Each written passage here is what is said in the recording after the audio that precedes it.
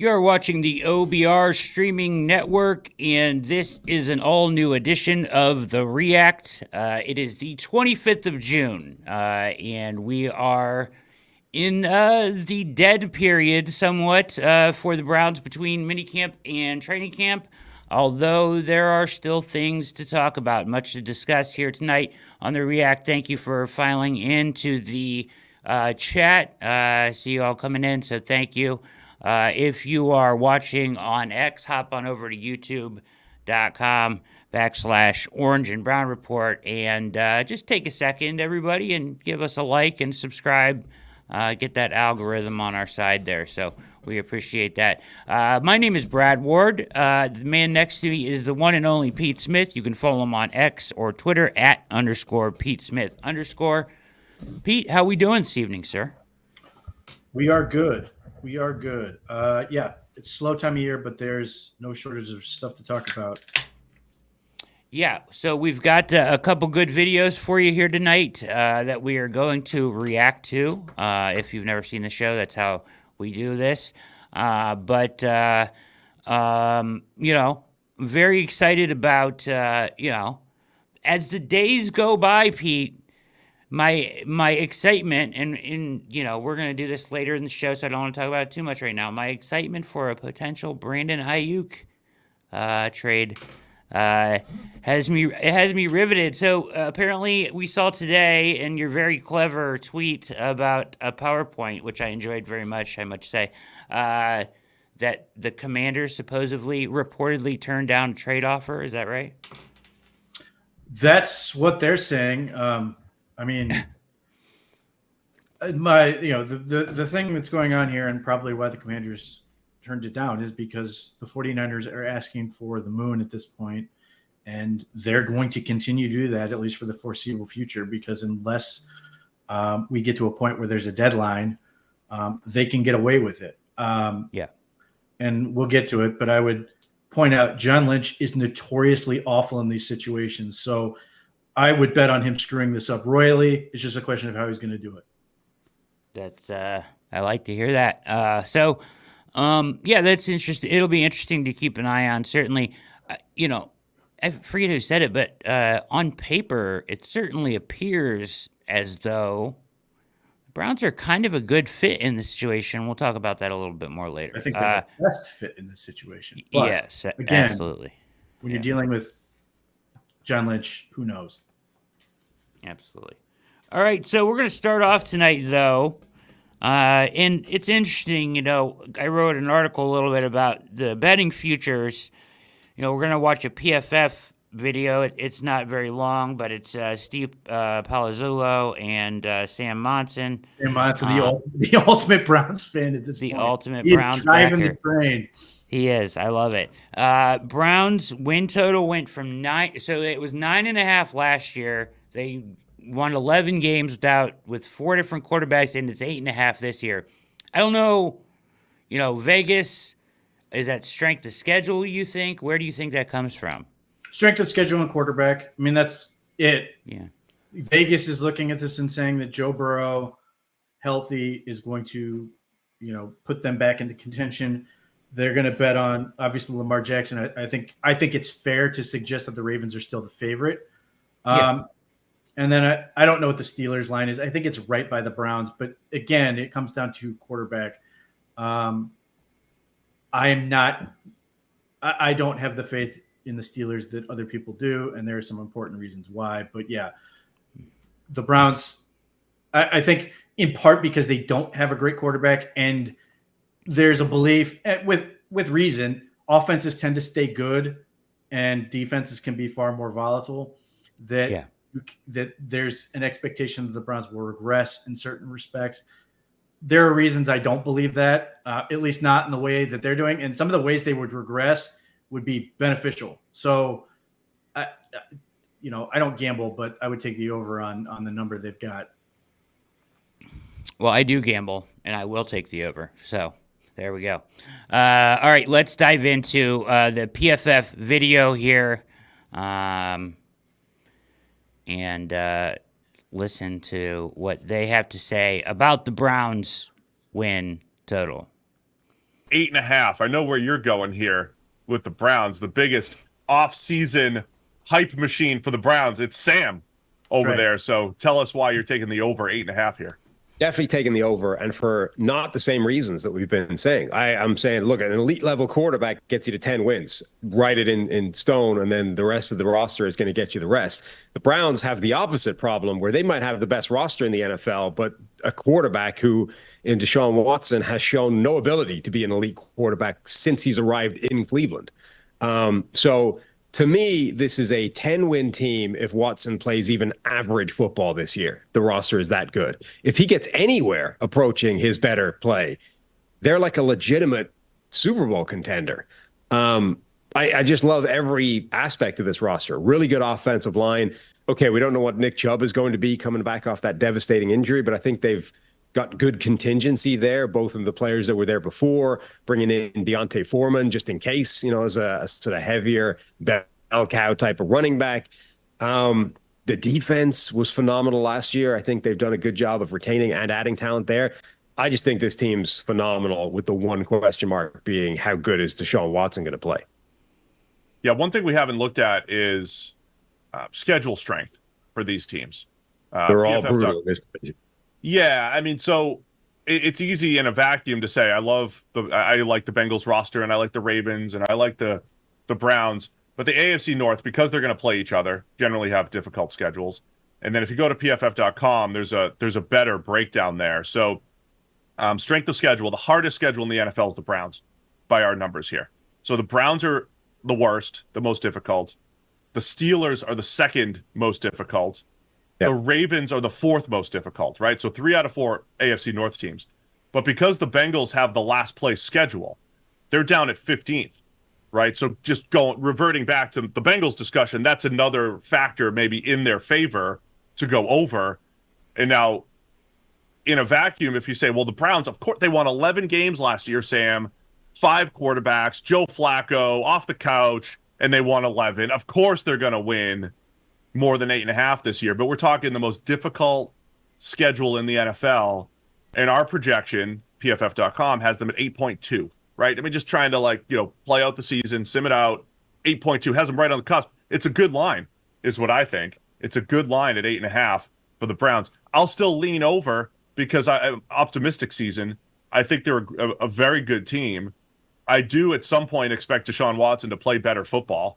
Right? You argue with Browns fans. Well, he did. He just got hurt. I don't think he ever really played well. He had a couple decent games in there. Never came close to 2020 level. But at some point, I think he can get there. So I'll take the over for the Browns, but the caveat being most difficult schedule in the NFL per PFF.com. Yeah, I mean, it's going to be tough for any of the teams in that division. It is. I mean, we expect all 4 of those teams to be good. All right, so let's talk a little bit about the schedule strength here.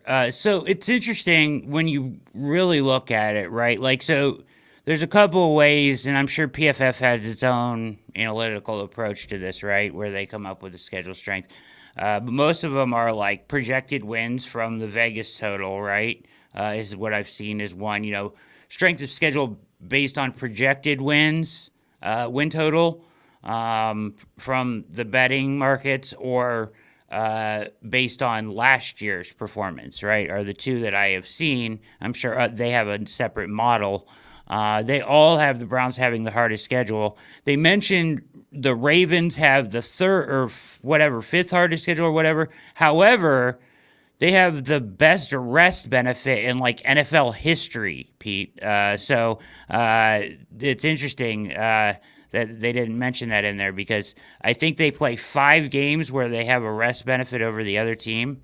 It's the most ever. So pretty interesting stuff about that. And I don't honestly think that what we have learned year in, year out, and I'll just say this and I'll let you talk about this, but I don't think that always the strength of schedule based on last year or even Vegas's lines this year are a great indicator of what we're going to get strength of schedule wise. How many times have we seen where the Browns get a backup quarterback against a good team, or you never know what you're going to get in your schedule, really? That's part of it, certainly. The Browns faced a number of backup quarterbacks, and obviously they played with a backup quarterback for the majority of the season. I think with the schedule, the Browns have to come out firing. They have to take advantage of the early slate, and then they have to find their comfort zone. And with Deshaun Watson and everything going when they get to the last half of the season, and particularly those last 6 games, obviously Deshaun Watson is a question mark. I think the Browns' running game is a question mark in general. I mean, they are evolving it, which based on last year they need to do. What's that going to look like? Are they going to be able to run block effectively? Who's the right tackle? And if it's DeJuan Jones, is he going to run block well, because he was awful at it last year? And then, who's going to be carrying the ball? I'm higher on Jerome Ford than some are, but they've still got to prove it. D'Onta Foreman, you can't judge him on anything they've done to this point, because he's basically just getting in shape. Yeah. Because his whole game is predicated on hitting people as hard as he can. So you're not going to get that until training camp. And then Nyheim Hines has not suited up. So there's a lot of question marks, and that's before you even get to Nick Chubb. Those other guys are going to have to contribute. But defensively, I continue to believe that the Browns are better on defense than they were last year. And there's a lot of things that could go their way this year that didn't last year. They lost their top 3 safeties to injuries over the course of the season.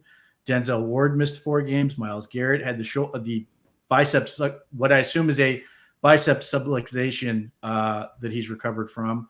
And you lost Maurice Hurst for the season. You lost Okoronkwo at the end of the season. You lost a whole lot of football players, and were able to keep it going for the most part until the playoff game. If they get better luck on that, but with the addition of guys like Jordan Hicks and Quentin Jefferson and potentially Mike Hall as a rookie, they can get better.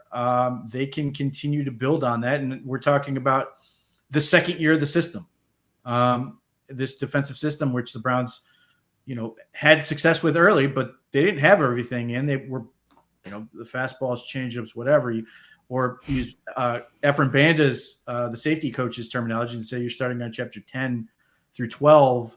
I think those things are going to help you. So I think they're going to be better. I have way more questions about every other team in the division, though I suppose it's fair to suggest that Watson is a huge question mark compared to some of the others, though I would push back a little bit and say Joe Burrow, while he healthy, is top 5 unquestionably. Is he going to be healthy?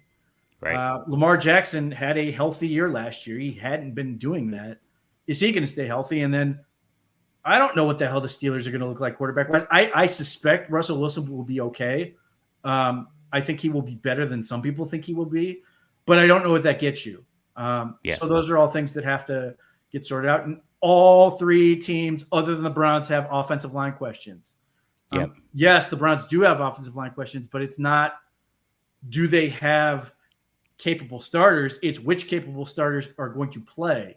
The Bengals had all 5 of their guys healthy last year, and Joe Burrow still got hurt. The Ravens are changing out 3 starters. The Steelers are smartly building up their offensive line, but they may be a year away based on the fact that they're going to be likely starting 2 rookies and a second-year guy, which could be great for them, but it may come with some growing pains. So there's a lot of things that I think those teams have to deal with. But, I think there will be some catastrophic situations for the Browns if they're going to fall below 8.5 games. I just think they're too good. I'm not going to make a bold proclamation where I've seen some people talk about them starting 6-0, but they should be able to come out like 4-2 and be feeling pretty good about themselves with the way the teams they play. So there's a lot there for them. They can essentially get themselves in a situation like they were last year, get so many wins early that you sort of can basically let teams fall apart on themselves, which is what happened. Yeah. I would say too, Pete, there's a couple of teams on the schedule that, so when I was looking at the odds, the Browns are about, to win the AFC odds, right? The Browns are 9th. or something, or 8th in the AFC, tied with the Chargers, right, at like plus 2,200. I would think Chargers, we really don't have. I mean, a lot of that is banking on their coaching change. It's all right? Harbaugh. Yeah, it's Yeah. all Harbaugh, which So may be smart, but I have a ton of questions with the Chargers. yes. That's exactly where I was going with that. It's like I don't think we really know what they're going to be. I think there's some questions around what the Eagles are going to be. I think there's some questions around what the Dolphins are going to be this year. So, those three teams, all are getting, better billing or better odds, in whatever projections and where, than the Browns. And all three teams, I don't really know if that's necessarily true or what team the Browns are going to see, especially when you're talking about Week 17 with the Dolphins. Like the Chargers are the one that scared me in terms of the matchup for the Browns and where they hit the schedule. The Browns play those back-to-back, 3 division games in a row, and then get the Chargers right before the bye week. I worry about that as a potential game where you sort of come out flat and you're looking ahead. And the questions I have about the Chargers aren't about the mentality or the physicality they're going to play with. They're going to play a physical brand of football. That part I don't doubt, but I don't know the hell Justin Herbert's throwing to. I don't know how that defense is suddenly going to be good. Right. But we'll see. They've got a lot to prove, but where that game sits on the Browns schedule is of concern as a trap game to me. But we'll see. I'm more skeptical, but I also sort of look at their division and go, yeah, I sort of get it because it's the Chiefs and them, and nobody cares about the Raiders. And Denver looks awful. That alone may prop the Chargers up if they can go and collect, 4 wins in the division. That will automatically prop them up and put them in a good position once they get out of that. Yeah, I mean, to your point, they've gotten in their own way a lot in some of these situations the past few years.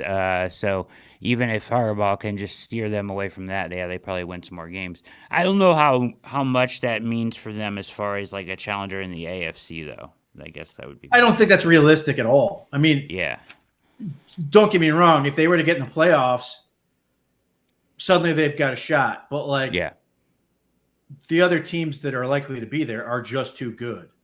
They just have more guys. And again, you get into the postseason, and who's your leading receiver? I have no idea. That's a problem.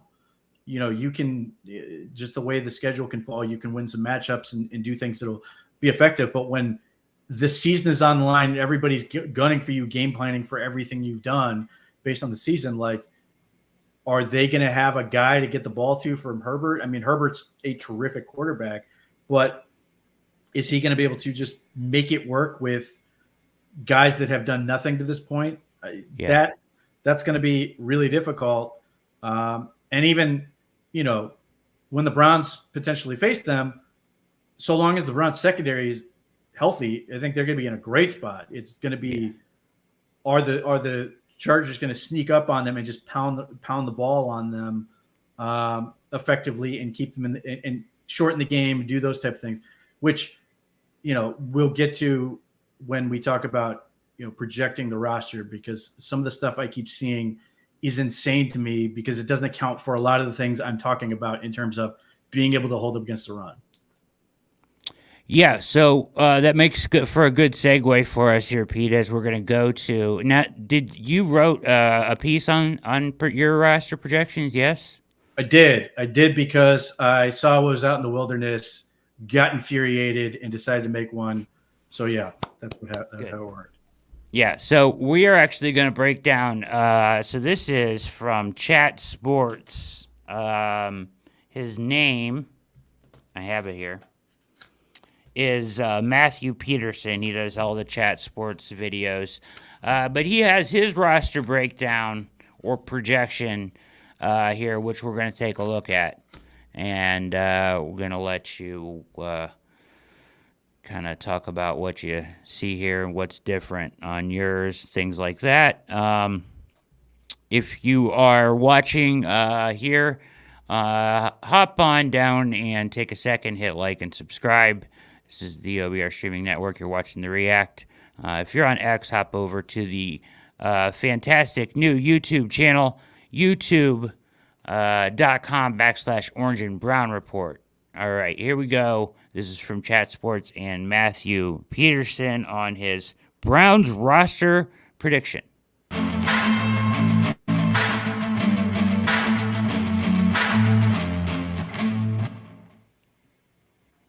Welcome on in to the Cleveland Browns Report. Coming up on today's episode, we've got a 53-man roster projection following minicamp and going into training camp. Now, full disclosure, I really struggled making today's episode. It was Agreed tough to cut this roster down to 53 players. This is probably the least confident I've ever been in a roster projection, which Smart. I know I'm not doing a great job of selling myself at the moment, but I just want to be transparent and honest with you guys. So, with that being said, if you can't wait for week 1 to get here, hit that thumbs up button. There's going to be some people out there that are going to make you believe that preseason has football being back. No. Football's not back until Thursday Night Football going into NFL week 1. That is when football That's is also back. crazy. Do not fall for Is that a anything point of before. contention? So What are we you talking can't about wait right for now? Well, to be I'm back. just saying, the high school season will be at like Now, let's week go 4. in what kind of makes some Absolutely. football sense of an order of a roster breakdown, starting at the quarterback position, where the Browns currently have 4 quarterbacks. They got Deshaun Watson, Jameis Winston, Tyler Huntley, and Dorian Thompson-Robinson. I ultimately believe we're going to see 3 quarterbacks make the 53-man roster. Which 3? We know 2. Jameis Winston, Deshaun Watson, right? Then you've got a little bit of a battle between Tyler Huntley and Dorian Thompson-Robinson. No, you don't. And if you polled 100 in-the-know, in-depth, intelligent NFL fans and media members, we're talking QB3, which one would you rather have? I think more votes are going to go to Tyler Huntley. He's got a lot more experience, and he's had a lot of success at times with the Ravens. He's a Pro Bowl quarterback. The Browns, I think, would say they have 3 Pro Bowl quarterbacks on their team. I don't know if Jameis ever made a Pro Bowl, but if so, they'd have 3 Pro Bowl QBs. Unfortunately, that means DTR was left out. And I don't think that it's going to go as simple as they just cut DTR. My guess is a quarterback gets traded. But unfortunately, if we're doing 53-man roster projection, we got to kind of keep it in the white lines of who makes it and who doesn't. So I think we'll see a trade happen for either Huntley or DTR. But I want people to walk away from this video not getting super fired up, because it's important to remember, if the biggest debate and battle we have to have is who's the 3rd quarterback on this team, we're in a pretty good spot as a team. Wouldn't you agree? All right, Fail, I'm fired up already. All right, talk about it, Pete. What this? He says Tyler Huntley to make the roster. DTR, no. I think we agree that that's probably incorrect based on his health, right? I mean, it comes down to what is quarterback 3 for? I mean, ultimately, it is a developmental quarterback that you are hoping is going to have a future. Yes. The other part of this comes down to money. Tyler Huntley has no guaranteed money. He's on a nothing contract that is very, if they cut him, they don't lose anything. And I think Huntley knew that when he signed here. Like, this in a lot of ways was an internship of sorts. He came here, which I think is a huge benefit for the Browns, because he looked at previous guys who have come here and they've left and been better for it. So Tyler Huntley goes, okay, I'll get better quarterback, hang out there for the summer, either get traded or let go, and I may potentially end up somewhere else or at the practice squad. I mean, there was no demand for Tyler Huntley. I feel there should have been. Now, if you're asking me 2 years ago, I probably would have felt Tyler Huntley had a much better trajectory in terms of where he could go, but he hasn't done anything that has really impressed. I am probably higher on DTR than most. When he came out of the draft, I thought he was going to be a day 2 quarterback. Just the skill set and the amount of experience he had is rare. I didn't expect him to end up in Cleveland, in part because I thought he would end up somewhere and potentially be on a track to eventually be a starter. Now, that could still happen. But I do think between arm, he's got a very strong arm, mobility, and just the amount of football he's played. and even just watching last season, I mean, we're not that far removed when there were conversations about should the Browns trade Dorian Thompson-Robinson to the Jets or insert team for a second-round pick because people were so in love with him based on what he was doing in the preseason. He was fun. He was like doing all the, in reckless abandon and risk taking, all the stuff they love about Joe Flacco, and it was working out. And it was just, he was fun. I mean, like he would get up and he just played with a ton of energy. And then he goes and plays in the regular season. The Ravens game was an abject failure. They planned for Deshaun Watson to be playing. He couldn't. And then you're sort of like, oh, we've sort of got to go. And that's the nature of being a rookie quarterback or a backup quarterback. But as a rookie, having to play the Ravens defense, first things first, was difficult, like obviously. And he even said after the post game, that was like when he played as a freshman at UCLA, like it was ugly. But he goes down, they go with PJ Walker for a couple games. And then ultimately when Watson goes out for the season, they go right back to DTR for the Steelers game at home. Big game. The Browns obviously get that huge win in Baltimore. Everybody feels good about themselves. They find out Watson's out for the season. It's very deflating. That had the chance to take this season into a bad place, to then go and lose to the Steelers and everything else. And DTR did not do much. They really put training wheels and sort of quick throws and a lot of easy things. They used his running ability quite a bit early in that game. But when push came to shove, I mean, he did get them to a touchdown on the second drive of the game. And they had a chance to go up 14. They couldn't convert in the red zone, had to sell for 10. And then we get to the fourth quarter. It's 10-10. The Browns get the ball back. DTR goes 4 of 4 on some good throws, nice timing, all these other things. Leads the game-winning drive.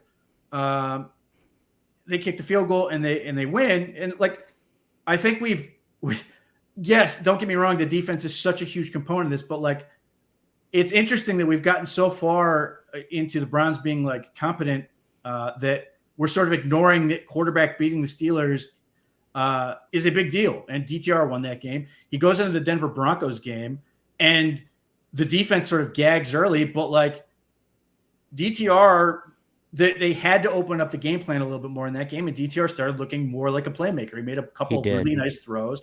Again, they had some red zone struggles, but like they were in a position to like the momentum was behind the Browns. They were in position to come back and take the lead in that game. And then he takes a very ill-advised attempt to extend the play, gets absolutely decked, suffers the concussion, and goes out for the rest of the game. And then obviously they have that ridiculous reverse they try to run, which basically ends the game right there. The Browns don't score another point. And that's it. But like, if you just watch those games, there's a lot of things you're sitting there going, yeah, DTR is getting better. That doesn't mean he's ready to be the backup. That's what Jameis Winston's for. But I think as the Browns look at him in training camp, they want to see him sort of close the gap. They want to see him prove that he could be the long-term backup, because that's ultimately what he was supposed to be when they drafted him. And then I still don't rule out the possibility that he's eventually going to be a starting quarterback. He just has a lot of skills. He needs to get stronger. He just needs to keep playing, get more experience. But like, there's a ton of ability with this kid who's got a ton of football in front of him. Whereas Tyler Huntley is the option you keep if you are saying, well, not only is Deshaun Watson potentially going to get injured, but Jameis might too, and we need a third quarterback. Like, at that point, then DTR is just not good, and you're afraid to keep him because he's just not that guy. You've made that determination.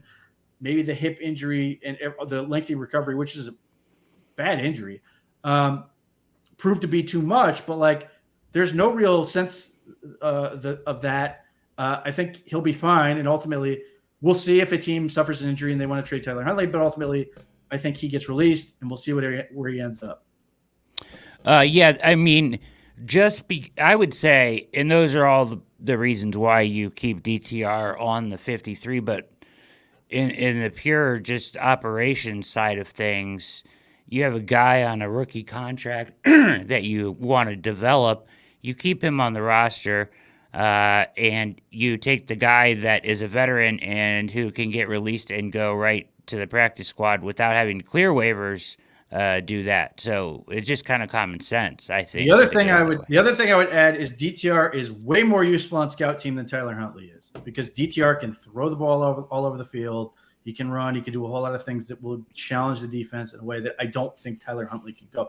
Again, I liked Tyler Huntley earlier in his career, but it's sort of like got to a point. Maybe that's Baltimore. Maybe that's the Ravens.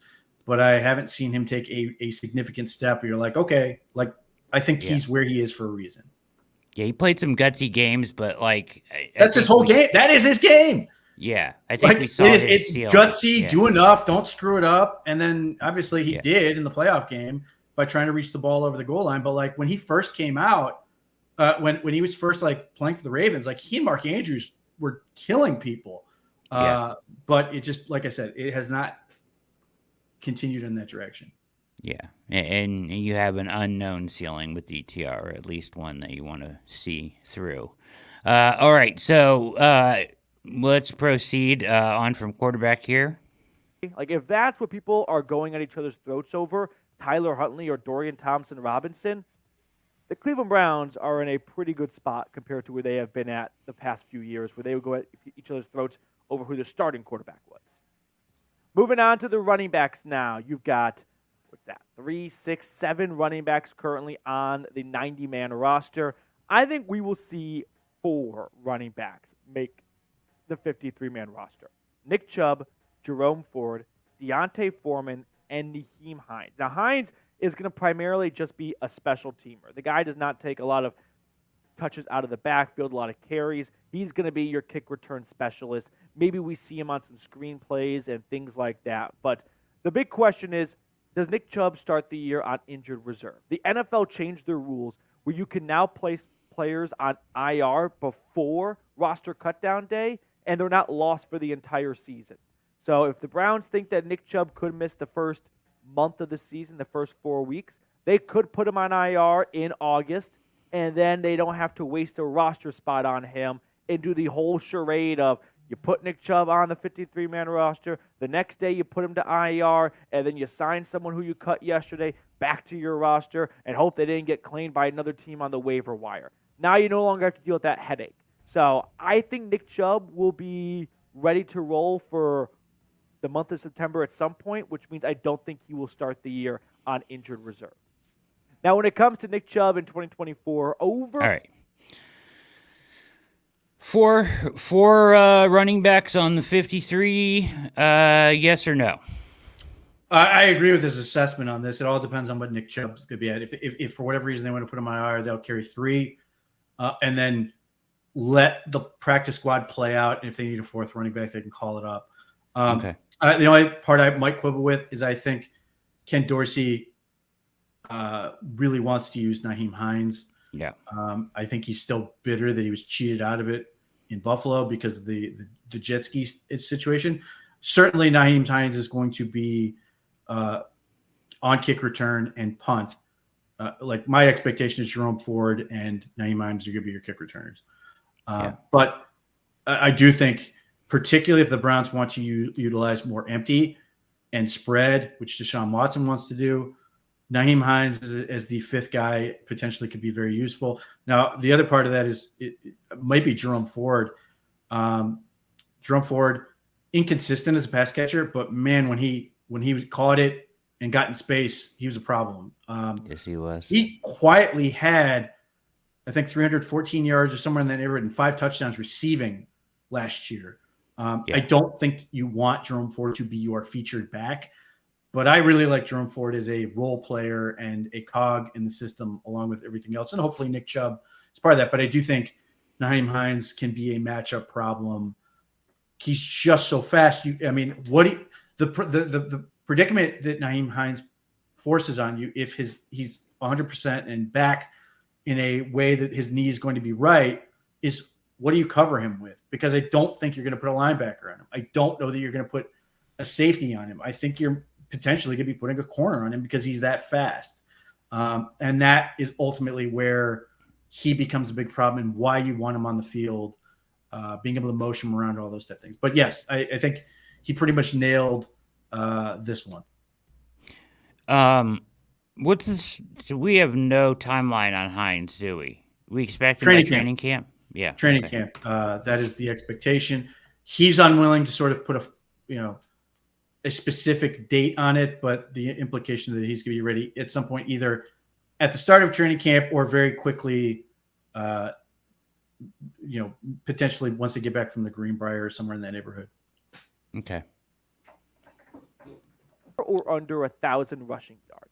I'm going to go with the overs, but I do think that if you say under, you're not crazy for it. We need to see Nick Chubb play a high volume of games to reach 1,000 yards, especially coming off the injury he sustained. So I'll be a half glass full guy and say over. Let me know what you think in the comment section.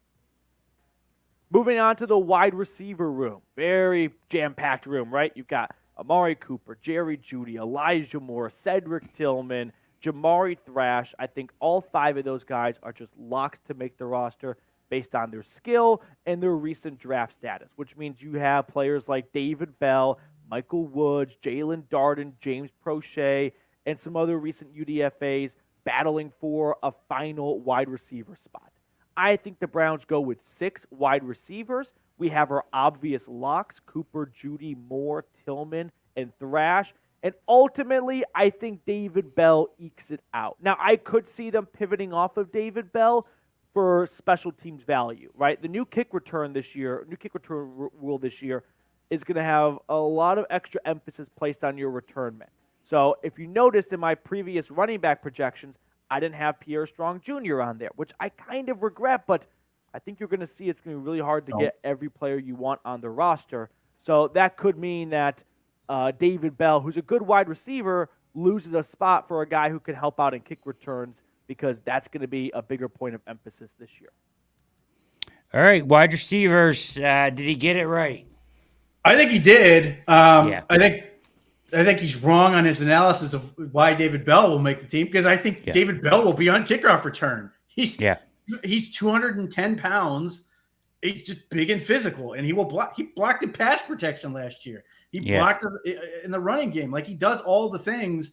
Like, I know a whole lot of people despise David Bell because he's not a great athlete, but one, he is the greatest 4th down receiver in the history of last year.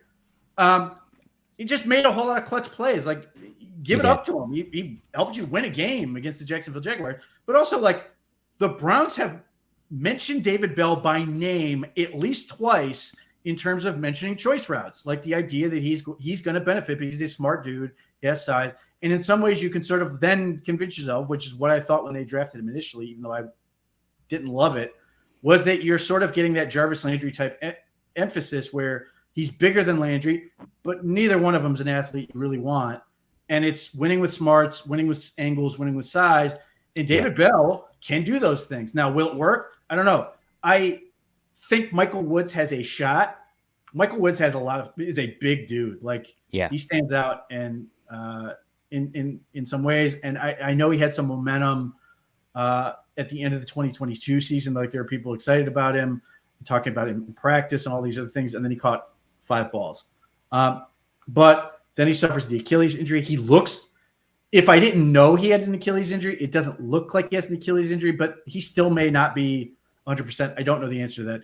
And then there's what did he do to get suspended, which has never come out. That may have sort of, given him less of a leash to mess around. So he's got to prove, A, that he's better and that he's reliable. I mean, I think there's a skill set. He's the guy who can play on special teams. The thing that always stood out to me about him on looking at his Oklahoma tape was he was a guy whose strength enabled him to create space down the field. So he was a guy who could, like, separate just with his body, just being able to sort of own the real estate to catch balls down the field. More athletic than David Bell, all these other things. But I still think David Bell's got the advantage at this point. That could change. But the other ones are all locks. So it's literally just one guy. And I mean, unless Jamari Thrash cannot play football, and based on whatever he's seen, he's going to be fine. At least for now. All the other guys locked in. So this is not terribly difficult. And the thing is, like, the other part with Michael Woods, I'm not entirely convinced that he won't make the practice squad. Like, and it's Yeah. partly because out of sight, out of mind. Maybe in the preseason he'll tear it up. I mean, he could be the next Austin Watkins, but that doesn't necessarily mean anything, as it did with Austin Watkins.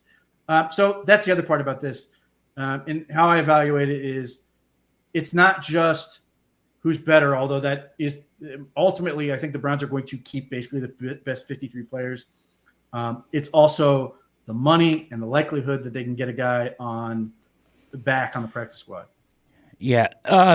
Was it just a rumor that it was PEDs that he was suspended for, or was that? I don't think so, because it was the type Contract. of suspension that was not league's performance enhancing. It was personal conduct, which would Conduct suggest, detrimental.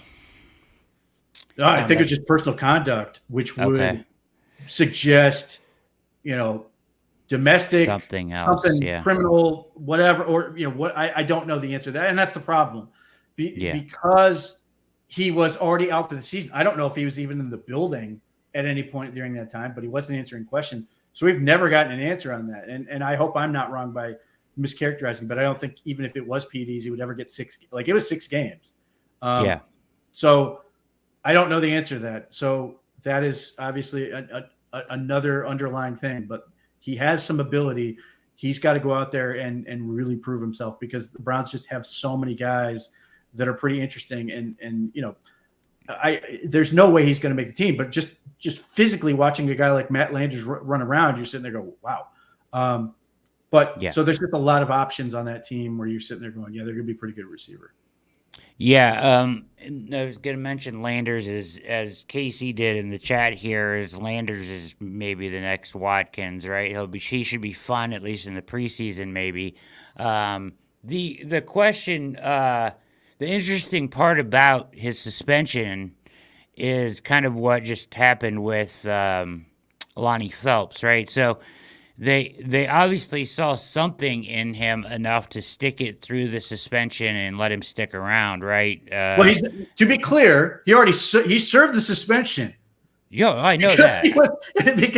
Which is hilarious. But I think he actually lost the money on it because he was suspended. So he's got that much more incentive to just absolutely bust his ass, because he lost 6 games of his contract for that. But yeah, he served his time on it. And while he was hurt, right? So so it didn't, But either way, they could have cut ties with them, and they elected not to. So they obviously saw something in him, which I think we all kind of have seen at moments. So, well, the cynical part of this is virtually no one knows that he was suspended. I mean, that's another true. Part of this. Like, if it was a big deal, where Lonnie Phelps was, immediately on TMZ, and there were his photos of him T-boning a restaurant, that you have just incredibly idiotic details. I like Lonnie Phelps, like the player. I like his talent, but just incalculable stupidity that 5 days after he gets out of the facility on that summer break, that he's literally pissed drunk, based on the police report, to T-bone a restaurant. And I don't know how he's going to pay for those damages. But yeah, so I think Michael Woods in some ways benefited from the fact that he was nowhere to be found. No one could ask him anyway. And it was a very quiet story that just sort of went by and went away. Like, I imagine most people in chat are like, I had no idea that he was suspended. So yeah, I mean, that's the other part. Like, not having publicity helps you in some of these things, allows the Browns to keep guys maybe longer than they should. So we'll see. Yeah, certainly. Because he was already hurt when he got suspended, correct? Yeah, this was during the recovery from the Achilles. It was just some random day. Boom, suspended 6 games, I think violating the personal conduct policy. All right, let's go to tight end here. Something tells me we have an objection coming, maybe. Tight end room wise, it's not that deep of a room. You got David Njoku, Jordan Akins, Giovanni Ricci, who they signed in March early in free agency, kind of a tight end fullback combo, and then a couple of UDFAs, Zaire Mitchell-Payton and then Welch, who they got out of Wyoming this year. I think we'll see 3 players from this room make the roster: the Chief, Akins, and then I'll go Giovanni Ricci. They signed him so early in free agency. I think there's some sort of plan in place that, hey, you lose your fullback last year, Nick Harris, to the Seahawks to play his usual position, center. They probably want to find a new replacement, and that could be Ricci in the fullback position. So I'll give him a roster spot as well. Offense. All right. Christina Ricci on the roster or no? No. He has no money guaranteed to him at all. Minimum nothing contract. It doesn't often happen, but I had no idea who Ricci was when they signed him. I don't know how many people in Loveland, Ohio, knew who he was, but nevertheless, the Brown. This is the trap you fall into. You feel like you've got to constrain to the numbers of the roster as opposed to keeping talent. What are the odds that somebody's going to grab Ricci if the Browns put him on waivers? Is it less than 1%? Is it 0.1%? Like, that seems like the easiest potential guy to get to the practice squad of anyone they could cut, him and ZMP. My suspicion is Trayton Welch is going to end up being tight end 3, and I still don't think they're going to keep 3 tight ends. I think they're going to roll with 2. And then, to his point, allow me to once again lobby for Mike Hall as fullback. Take a supremely talented athlete like him who can carry the ball. I know from it, I've seen it. Let him be the guy. He's 290 pounds. He runs a 4.7. I don't know what Ricci ran, but I don't think it's going to be that good. No. But the Browns don't care. Like, they put Nick Harris in the backfield. They put Michael Dunn in the backfield. They could put Luke Whippler in the backfield. Like, they're not afraid to do that. And they put Lyman in at tight end. That's the other reason I don't think. But ultimately, it comes down to, are the Browns going to keep, the 45th best player on their roster, or are they going to keep what might be the 70th best player on their roster just to work out numbers? Ultimately, they will use the practice squad as an extension of their roster. They can cut all those guys. Maybe Trayton Welch gets scooped up by somebody else. And that's the risk you run. Unless he's so good in training camp. And I like Trayton Welch. I think he has ability. But unless he's so good in training camp, you're like, we have to keep him. You cut them all. You see who you can get on the practice squad. And if you need another tight end, great. But I just don't think the Browns right this second care all that much about tight end. I'm not married to Jordan Akins either. But the reason I have him on there is because he's got like $1.75 million guaranteed. So there's no sense in cutting him. Or they picked up his option or whatever it was a couple months ago. And he's still not a true inline Y, but he can do some things like an F that you can help with. But like, the Browns have used receivers in that role. They use both Cedric Tillman and David Bell as blocking elements in both the pass and the run game last year. They've used Lyman. They will figure it out, get somebody if they need to. But the whole David Njoku is the show. Like, he's the difference between having a tight end and not having a tight end based on the way the team is built. If Harrison Bryant was here, he would easily be tight end 2 for me still at this point. But like, they're either going to make a real investment in that position soon, like next off season, maybe in the draft, somewhere or they're just not going to. If they don't have a tight end, they'll just lean into their million receivers and running backs and let those guys operate. If they are indeed going to spread out as much as they, as much as some have theorized, and I'm in that camp. I think they're going to do that quite a bit.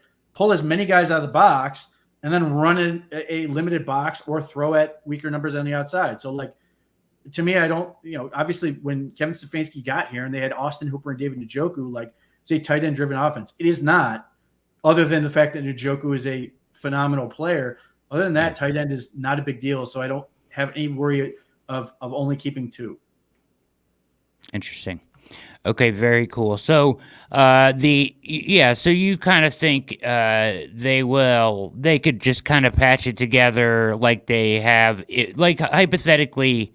I guess, I've written a little bit about this, like hypothetically, which you would know, that, you really only have one true inline guy in Njoku, right? If you want to use him there. And after that, you really, I guess Peyton Mitchell, but do you want to have, say Njoku has to miss a game, Do you have somebody? Are you going to play Peyton Mitchell? Are you going to bring him up and play him there? Probably not. I mean, they could Yeah. but ultimately I would do what they've done in the past. Put 7 linemen out. Go away from that anything that requires that kind of action. Then, huh? They've used a jumbo package with 8 linemen on the field. Yeah. I just didn't know if the only reason you're using the tight end position like that is because you have it in Njoku, I guess is what you're saying, right? Yeah, I mean, how many passes are we going to throw to Mitchell Payton? Like ZMP, Right. I mean, maybe he'll do some nice things in the preseason, but ultimately, if you're throwing the ball to him, something awful must have happened because you've got any number of more viable options. Okay. Gotcha. All right, let's move on here. Offensive line depth chart. This should be interesting. Offensive line, a lot of good candidates here, right? You got your top 5 starters, toss in DeJuan Jones. You got recent draft picks like Zach Zinter and Luke Whippler. Ultimately, I think there's going to be 10 offensive linemen that make the 53-man roster. Jed Wills, Jack Conklin, DeJuan Jones, Akemi Adeniji, Joel Petonio, Wyatt Teller, Zach Zinter, Michael Dunn, Ethan Posick, and Brian Allen. I've got. Yes? I do not have that. No, I have 8, and 8 is a vehicle to ultimately get to 9. Yeah, as we're going to get to later. I expect some shenanigans that will either happen early enough that it won't matter, or when they get to it. Of this group, I don't have Adeniji, and I don't have Michael Dunn. I don't have Brian Allen. I do have Whippler. Adeniji and Allen both have nothing contracts with no guaranteed money. Adeniji is an interesting player. I just haven't seen anything, that is going to be compelling enough to keep him on the roster. And again, they may end up with one of these guys on the practice squad. So it's the big 3 at tackle. Brian Allen, I loved him coming out of Michigan State because he's just a gritty dude who he's short, just feisty, and just played the echo of the whistle, just played hard and beat guys on effort and everything else. Was part of the Rams Super Bowl, but his body he's suffered a number of injuries since then. I'm also much higher on Luke Whippler than a lot of people are for the same reasons. Like Luke Whippler coming out of Ohio State. Yeah. Just relentless with his feet, plays really hard, does a lot of things correctly, super smart.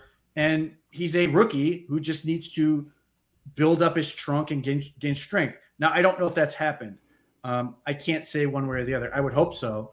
But I think the Browns are going to let him get every opportunity to prove that. And if he can't, maybe he's just never going to have NFL strength. But even when he played at guard, which I would say do not play him at guard because he's not a guard, center only. But right. I just love the way he plays. He gives you elements that you had with J.C. Treader. He can get out on the move. He can block guys in space. He's incredibly talented in just understanding how that position is supposed to work. I'm very interested to see what he can do. Michael Dunn's the wild card. Michael Dunn has his salary entirely guaranteed. Last year, the Browns cut him and got him on the practice squad. And at the time, I was like, whoa, I can't believe they did that because I thought somebody else would scoop him up. They did not. The potential situation for him is he's a guard. He can play both guard spots and he can snap. That does have value. And the guy that might want him is in Tennessee, in Bill Callahan. He played a ton of football for Bill Callahan. So that might be a potential trade opportunity for the Browns. If they like somebody else, there are 2 guys I think the Browns are rooting like hell for to be good enough to earn a roster spot. And that's Lorenzo Thompson from Rhode Island, and that's Javion Cohen from Miami, because they're both rookies. And if they're that good, then the Browns are in really good shape, particularly Cohen, because if they can get 2 talented young guards out of this group, out of this class, they'll be really happy. That even if Cohen's never more than a backup, that would mean they've got 2 young linemen on this roster. Michael Dunn's about to be 30. That's another reason they're sort of incentivized to sort of move on. But I still wouldn't put it past them to waive Michael Dunn and basically then re-sign him, even with the guaranteed salary and stuff like that. Just as sort of a bonus for being the guy that they do this stuff with. So I think the 8 is where they will start. Roster shuffling will happen. They'll get a 9th guy. It might be Michael Dunn. It might be somebody else. But right now I have 8, which is the 3 tackles, 3 guards, and then the 2 centers. Interesting. Yeah, that makes sense. Because you don't need to keep 3 centers, so that right. You want 3 guys that can snap. Now, the part of the reason you might be able to get away with this is because Zinter has snapped in his career, even though he's never done it in a game. Are the Browns going to mess around with that? Unclear. Now, if they don't do it at all, then that might be more reason to believe Michael Dunn, because you always want to have 3 guys on game day that can snap, because you obviously can't just like not have a functioning center. That is death. So there is an element there, but again, he's done it. Interesting. All right. Good stuff going on. Your 2 starting tackles, you could say your 3 starting tackles. I think they'll take 4 tackles altogether, and Akeem Adeniji take that spot over James Hudson. You got your starting guards, 2 backup guards, Zinter, a draft pick this year, and Michael Dunn, who they brought back. Starting center, Ethan Posick, and then a backup in Brian Allen, who they also signed this offseason. Now, this is a good part in the show to remind everyone, injuries will happen, unfortunately, during preseason. Which is meaningless for this So right now, before you all start throwing tomatoes at me for leaving your favorite bubble player off, it's a good reminder that there are going to be roster spots that open up because inevitably injuries will pop up. Look at the last just maybe they 2 don't. years. Let's try that. Roster spots open up in the month of August when Jakeem Grant goes down. Michael Woods pops his Achilles in April or May. Jacob Phillips suffers another season-ending injury, unfortunately. So you can almost bank on 2 to 3 extra roster spots. I don't want to bank on 2 to 3 injuries right now. None. We're really looking for 56 because there's going to be some player or 2 or 3 in the initial 53 that unfortunately likely suffers a season-ending injury.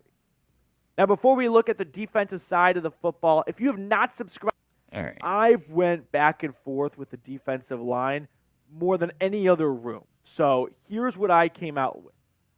Myles Garrett, Darius Smith, Okoronkwo, Alex Wright, then Dalvin Tomlinson, Shelby Harris, Quentin Jefferson, Michael Hall. Those 8 players are locks to make the roster, in my opinion. Then you've got guys like Isaiah McGuire and Maurice Hurst on the bubble, who I am going to tentatively put in at the moment, which means someone like Siaka Ika, who was just a 3rd-round pick last year that basically redshirted their freshman year in the NFL, is off the roster. And I don't like this. I don't. But someone tell me, where does Ika go? Honestly, we just went through 10 names right there. Whose spot is he taking on that list? Surely not any of the 8 locks we just said. Maybe Isaiah McGuire? But at the same time, then you've got 6 interior defensive linemen and only 4 pass rushers. The edge position is just a little bit more important. So I think Ty goes to a defensive end. And that's why, for now, I think Ika's one of those 54 through 56 guys on the roster where, unfortunately, when an injury pops up, that's probably going to give Ika a roster spot. Now, I've got some trivia I want to ask before we look at the rest of the defense. All right. You have talked to me a little bit about this, potentially them trying to keep more than 10. Is that where you're at with this?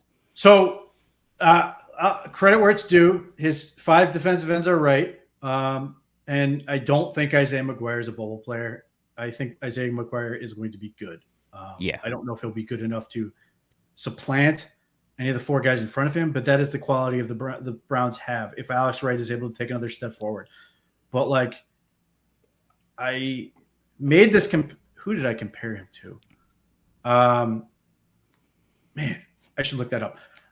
Anyway, Isaiah McGuire even just compared to Darius Robinson, who was a first round pick, Isaiah McGuire is younger. Obviously, they play different roles, to be clear. Darius Robinson's more of a 5 tech. They can kick inside. Isaiah McGuire is a pure base end. He could theoretically also kick inside, but he's a nice, true base end. He's younger. He's more athletic. And he's more productive. Man, that's going to drive me nuts. There's a Cowboys player I compared him to, too. But, like, Isaiah McGuire has all the things you want at that position. He was 21 when they drafted him. He was an SEC defensive end. He was good against the SEC, productive. His athletic testing was very strong. Like, this is like the sneaky pick where, like, initially when it happened, of the 2 picks, when the Browns made it, like, certainly, I think DeJuan Jones overshadowed it so much because, 1, people knew who he was, and 2, because DeJuan Jones on talent was believed to be a late first, early second round pick. But Isaiah McGuire, to me, was a really good player. And I suspect he's going to be, like, toiling in obscurity for most of the training camp. Although, you know, Jacques Césaire has already shouted him out for, I think, just to show him some love. But even some of the clips, like, I try not to get too, involved with some of the minicamp clips and all that stuff. There were a couple things where I'm just sort of like just watching him move around. I'm like, woof, he's pretty quick for being his size and everything. But, like, I think Isaiah McGuire could end up having a really, really, him and Alex Wright could, like,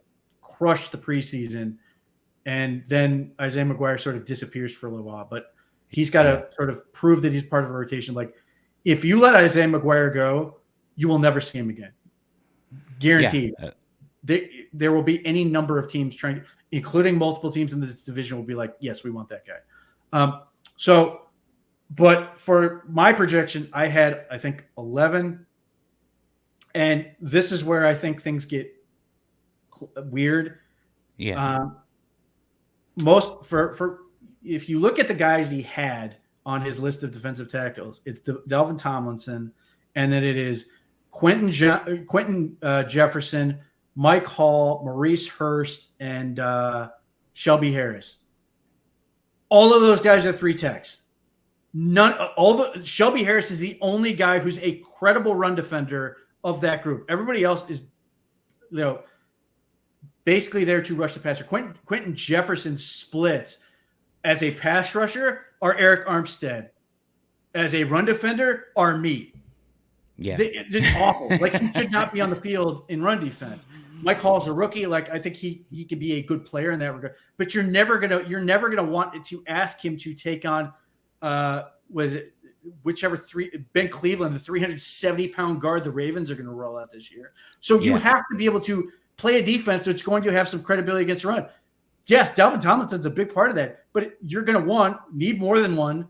And 2, if Dalvin Tomlinson is out of breath or holding his ankle in the field, you have to have somebody else doing this. Now, that does not mean that Siaki Ika is that guy, though he is who I have in my projection.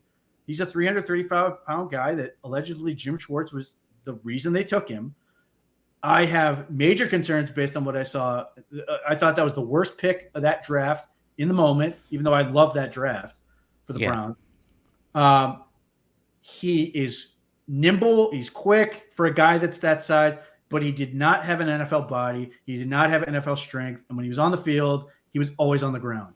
Those are all terrifying things to see from a rookie. So he needed to really get stronger in this offseason. Now, I think he has changed his diet, which is why I don't think his weight's any different, but he's far less puffy.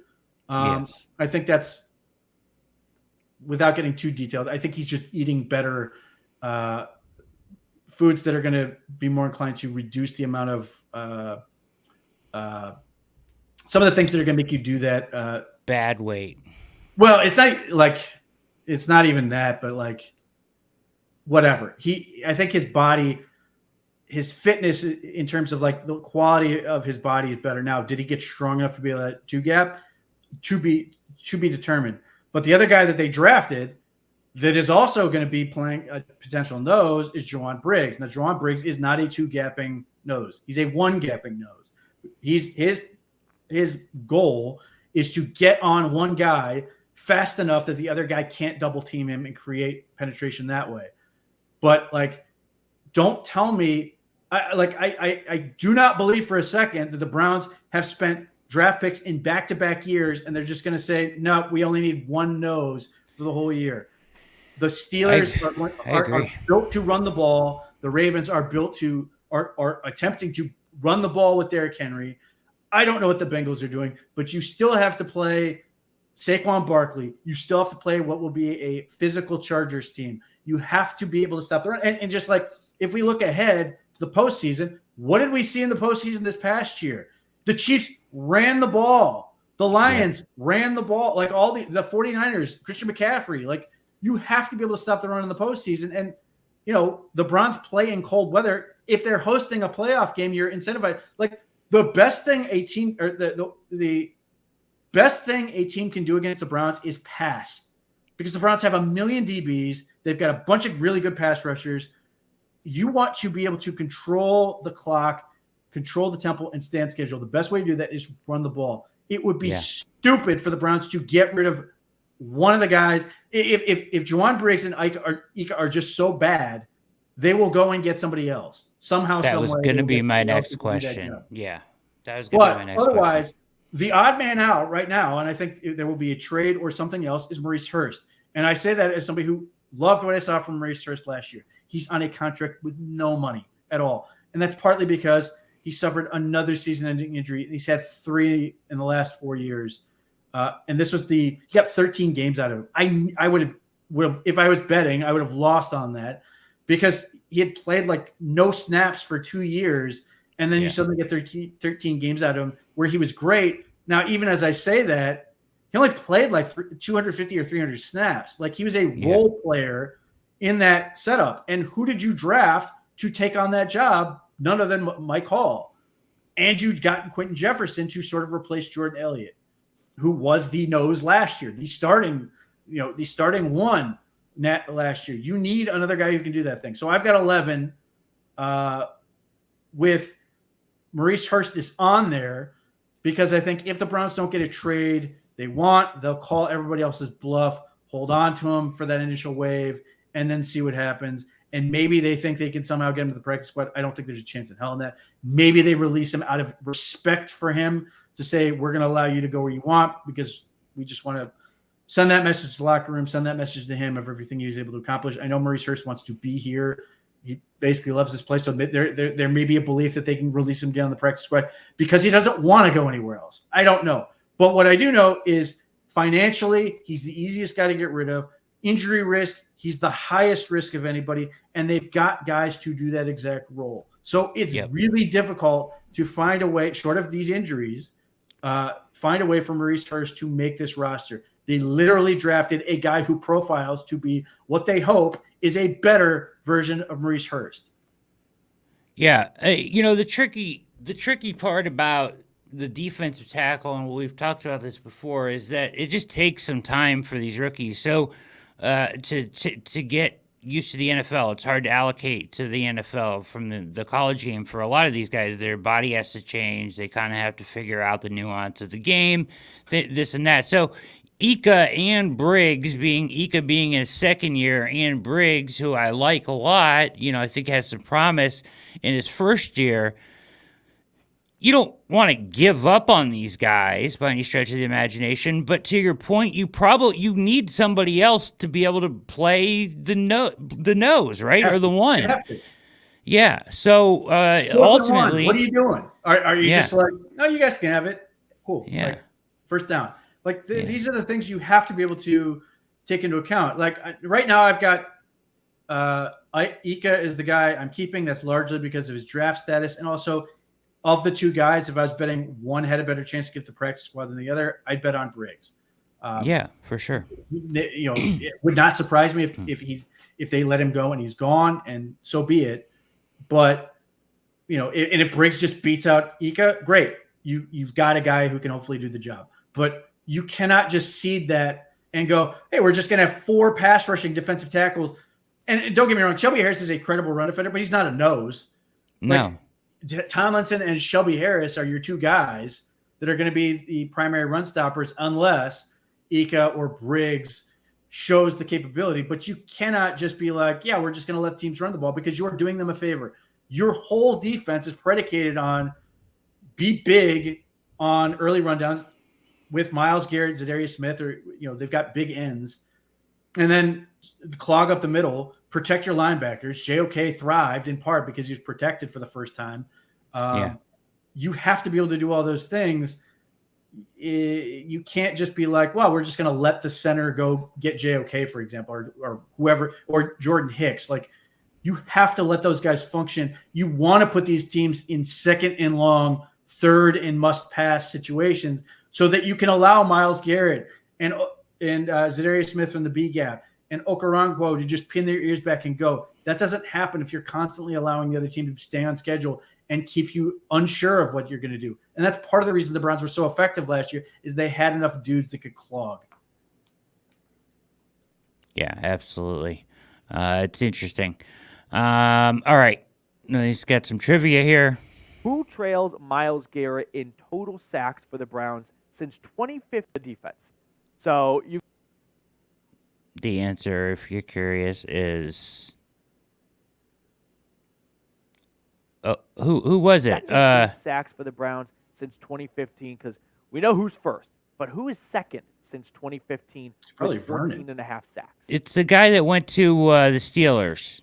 On to the linebacker. Why can't I think of his name right now? Oh, Ogunjobi? Ogunjobi. This is where I had to kind of trim the fat, because we are quickly running out of roster spots as we get to the back of the defense. So you've got your obvious guys, JOK and Jordan Hicks.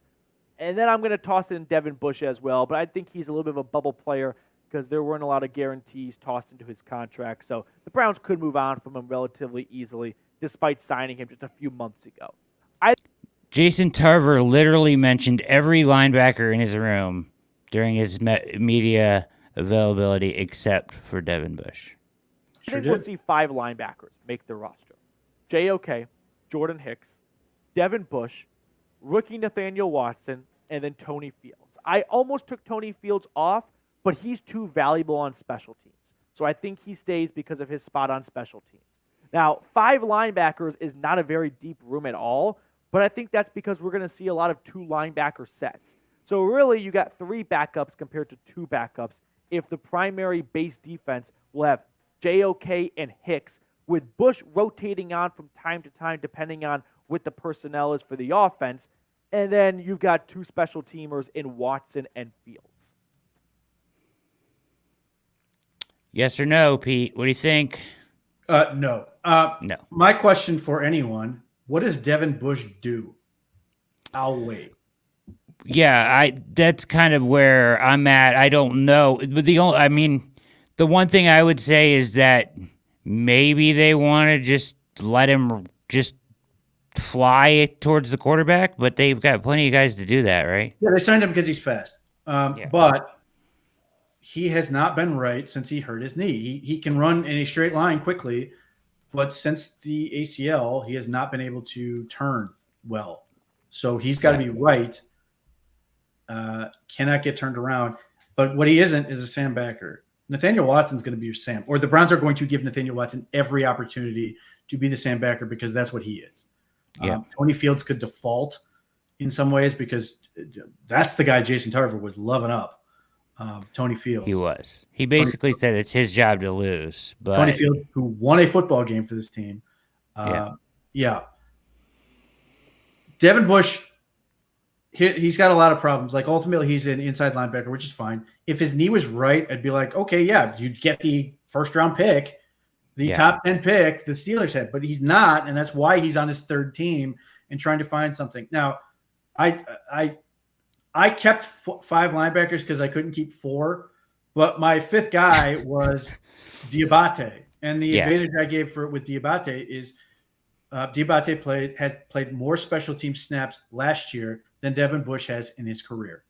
And that's ultimately what it's going to be about. That 5th linebacker spot is going to be about special teams. And yes, Tony Fields can do that. Nathaniel Watson is probably going to have to do that. JOK contributes in that fact. But Diabate had a whole lot of reps in the system, in addition to the fact he's got potentially a career on the uptick as opposed to a career where you're hoping to find something. Devin Bush, this may be a situation where the Browns gave him bonus money in part because they wanted to recruit him here. So when they waive him, they can get him on the practice squad and just see if they can do something, because at that point, if they do suffer an injury, they can sign him and at least have somebody reasonably credible to stick in there in terms of what they're doing. But again, I don't think they're going to miss him that much if somebody else was to grab him. I don't think that's going to happen. But I think Diabate does more things that the Browns need than Devin Bush does. And everybody else sort of has a natural role in there. So that's where I'm at with those. Yeah, it's interesting. You pointed this out to me that, Jason Tarver has just done a really good job of getting quality play out of. Yeah. So, and they really have just kind of leaned into that, and they're just kind of giving him guys as depth.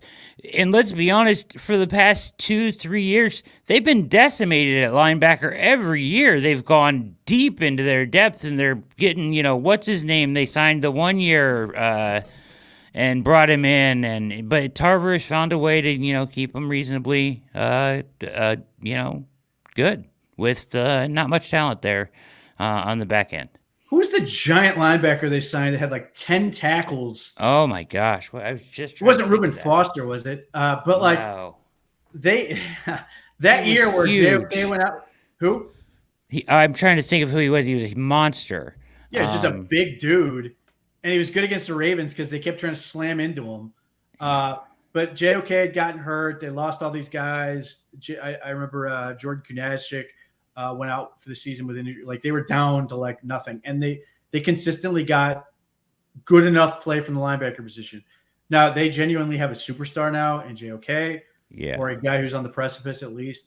And Jordan Hicks is a really good linebacker. Like I will continue to harp on the fact that Jordan Hicks is the most underrated signing that you're not talking about. He's just good, very good. Just understands his job, locker room guy, and just has more range than Anthony Walker did or Sione Takitaki did. Not that that's a huge accomplishment, but he's just got a little more juice in there. So after that, it's just filling in the roles. Nathaniel Watson, the only reason you draft him, to my mind, is because you have a role for him right now, which is Sam linebacker. Otherwise, that pick makes no sense to me. So I think that's what's going to happen with him. That's Tony Fields, who's the general toolsy depth guy. And Reggie Ragland, who just came in and decked people. And I remember people were like, we got to sign this guy for a long time. Has never been heard from again. But and that's part of it. Like Jason Tarver, Jason Tarver has been a really good coach. I think in part, I think JOK was going to be a good player regardless, but I can't help but think Jason Tarver has helped him just a little bit in terms of getting him to get just a little bit further. But Jason Tarver, to me, is the guy who gets the most out of everything. And the thing I love about Jason Tarver is the Browns have he's been here like 5 years at this point, have given him garbage for the most part, and he loves everybody. He couldn't be more excited to coach guys off the scrap heap. Like Jacob Phillips was their big investment at one point. Obviously, he missed 4 seasons with injuries, but other than that, it was just guys that scraped out. And you listen to Jason Tarver talk, and it's like he's coaching the secondary of the defensive line. It might as well be all first-round picks because he loves everybody. And loves them all. You have to have that guy. He's a great energy guy, gets these guys fired up, and they just do the job. I was thrilled when Jim Schwartz said they were continuing to keep Tarver because he's just done a great job. Contrasted against Jacques Césaire, there is all kinds of pressure on Césaire to get that group to produce because he's got all the dudes. Whereas Jordan Hicks should be good, but it's if the linebacker group is really good, they paid almost nothing for it. And Jason Tarver, that is just a huge benefit to this team because it allows you to spend so much in terms of draft capital, so much in terms of dollars on everything else. The linebacker position has been a huge cost save for them, even as I anticipate they're going to extend JOK and give him sort of that big bump in pay. But for the most part, you guys and your Chad O'Shea hate, you're all screwed up. all these people who think Chad O'Shea can't coach have no idea what he does, and just like reductionist logic, like, well, I guess he can't coach because Anthony Schwartz sucked. Like, come on. Here's the problem you run into. You can't simultaneously tell me that Chad O'Shea can't coach and then give him no credit when Amari Cooper has the best season of his career with 4 different quarterbacks. He didn't play with the 5th one.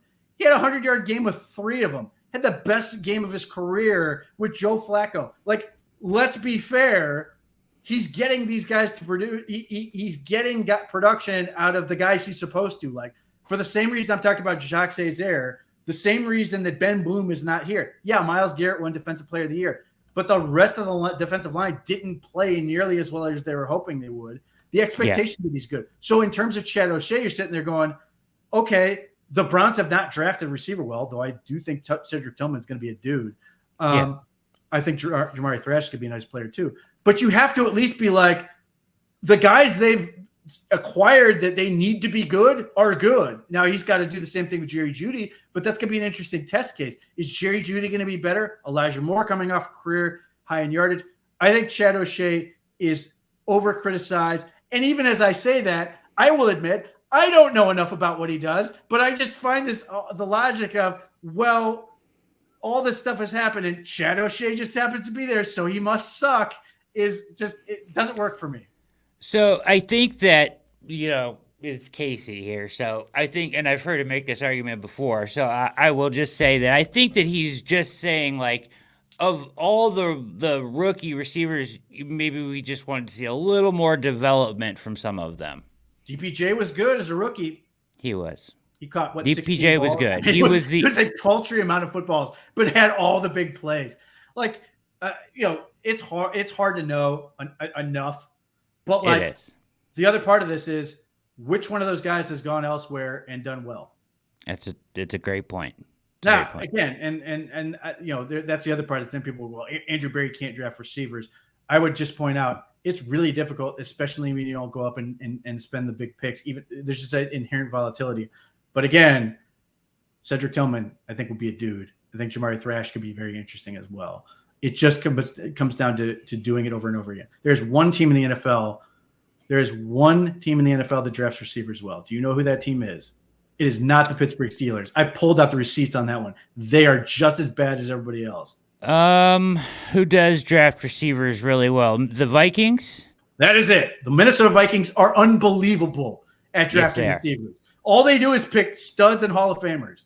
They're Jefferson, Addison, Randy Moss. I mean, obviously that's going back a while, but they are legitimately outstanding at drafting a wide receiver. The Steelers, you go and look through that list of receivers, you're like, you sit there and you go, man, everybody they draft is good. And then you think about Marcus Wheaton as a 2nd-round pick. Dree Archer is a 3rd-round pick. There's a lot of those guys. Chase Claypool, who's I think with the Bills right now after a stint with the CFL, like they have a whole lot of misses just like the Browns do, except they're even worse for the most part. Corey Coleman aside, Corey Coleman is the one obvious gigantic miss for the Browns, but like they've missed with bigger picks than the Browns typically do. So yes, the Browns need to prove it. I agree, but they keep doing it. Cedric Tillman could be good. I mean, I think Tillman and Thrash have a really good chance. So that's just kind of I do. It's very interesting. But again, yes, you can look at draft picks, but you have to look at the top end guys because you have coaches who were hired to this team specifically to coach those guys and specifically get the most out of them. And to this point, Chad O'Shea has delivered. All right, here we go.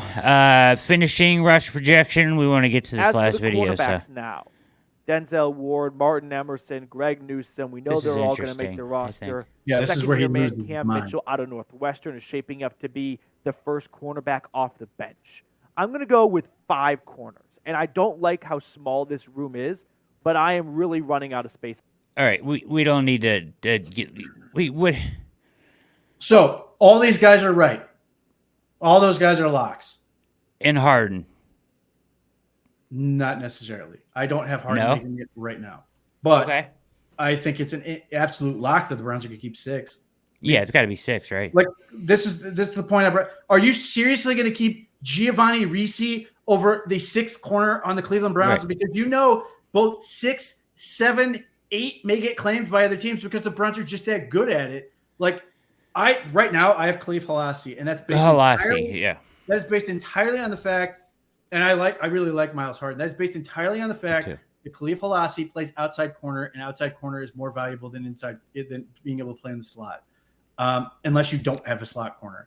Halassi, and they have 2 guys that can do it on there. Halassi, I wrote on his physical like testing stuff is eerily similar to Martin Emerson as a press corner type.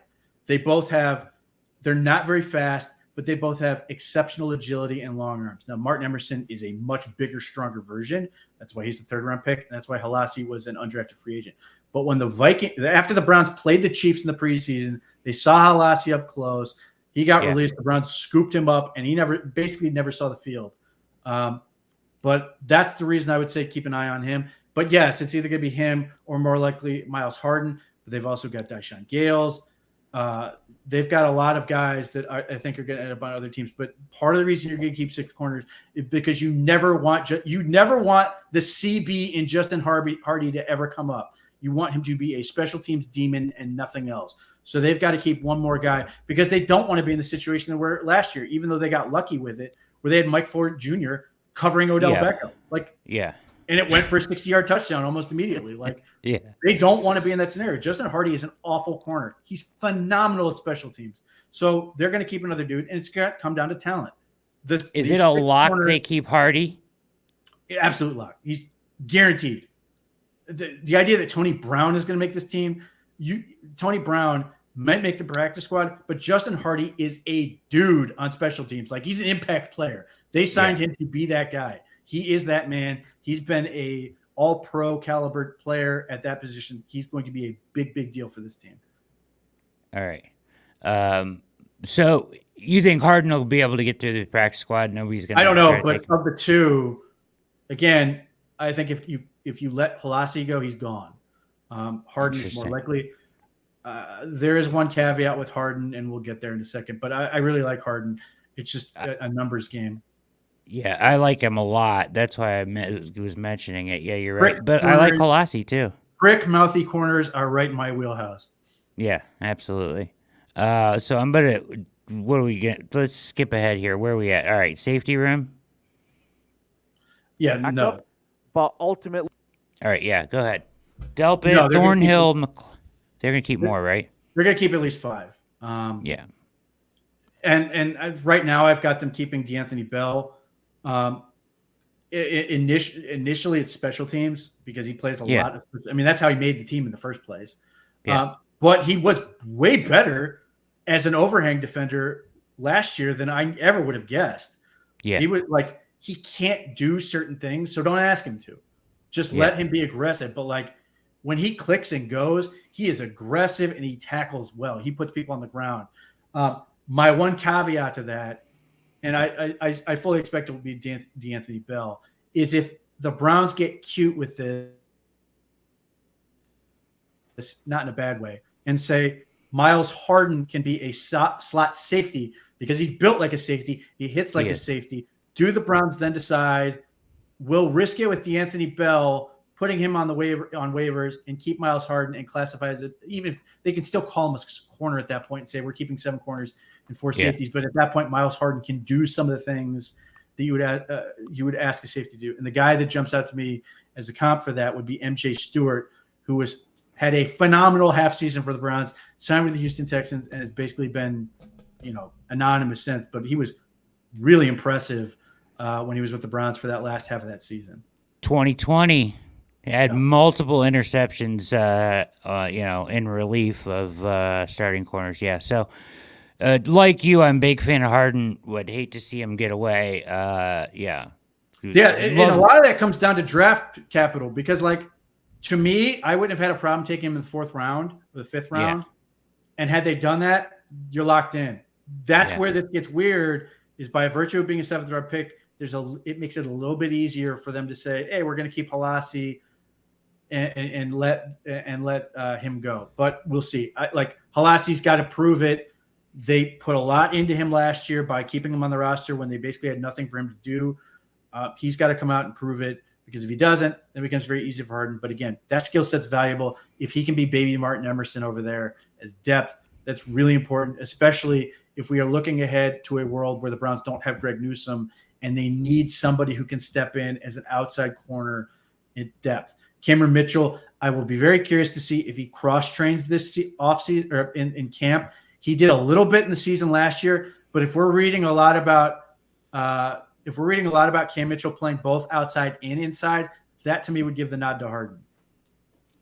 Yeah, that makes a lot of sense. He did play a little of both last season, right? I think it was like 80 some snaps on the outside when I think that was Mike Ford on the Ravens game. Yeah. Area.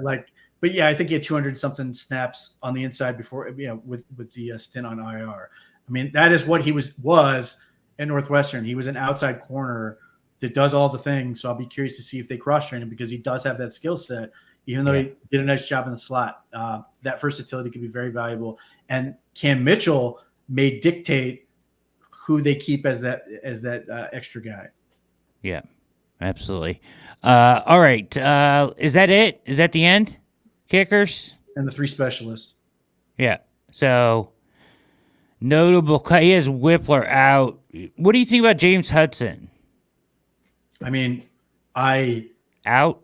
Yeah, I have him not making a team. I love him for his that Ravens game he will always be legendary for that Ravens. Yes. Game. He's phenomenal. And there are games where he's done a nice job, but he's just so wildly inconsistent.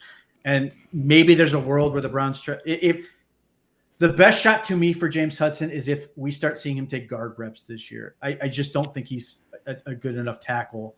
No, he's not. Away. And again, that may be another guy where the Titans go, hey, let's bring in James Hudson. Yeah. I mean, we've seen him try to be a tackle at the NFL level enough to this point. So either make him a guard or let's get somebody else's turn. Right. I think somebody else has more upside in that scenario. Yeah. All right. So that's this video, because we want to get to our last one here, as we talked about at the top of the show. So we're going to move quickly here as we run up against a little bit against Garage Beers, but that's perfect. You guys just stick around and tune right into Garage Beers next year on the OBR streaming network. Make sure you take a moment and hit that like button and subscribe and notification so you know every time that we go live. And let's talk about my dream. I just want to say, Len Kinnaman, he tried to come into my kitchen. No dice. Came up earlier this week that the Cleveland Browns and San Francisco 49ers could, in theory, be trade partners for Brandon Aiyuk. The 49ers have yet to commit long-term money to Brandon Aiyuk. Amari Cooper's entering the last year of his contract. The Niners don't seem keen on paying Aiyuk $30+ million a year, which is what he is apparently. What's that? I love this is one of those accounts that just makes crap up. Oh yeah, NFL notifications, breaking rumor. Was it me? Was it you? Because we've talked about this kind of crap. We connected, but I can't imagine there's been a real conversation about it. I mean, it's possible. No. Let's put it this way. I don't doubt that Andrew Berry inquired, because he does with everything. But price at this point is the issue. Yeah, so that's what I want to get to. I want to hear. I want to ask you about Tyvis's opinion on this. So, if the Brandon Aiyuk rumors are a possibility, does it make sense for the Browns to try and acquire the second-team All-Pro receiver from the San Francisco 49ers? See, this is the thing about this. Does it make sense from a field standpoint to have two young wide receivers locked up and have a quarterback locked up and be able to build that chemistry? Yes. But see, this is the problem that comes with him is if you trade for him, you got to pay him. Yeah. That's one. And if you pay him, who's not getting paid?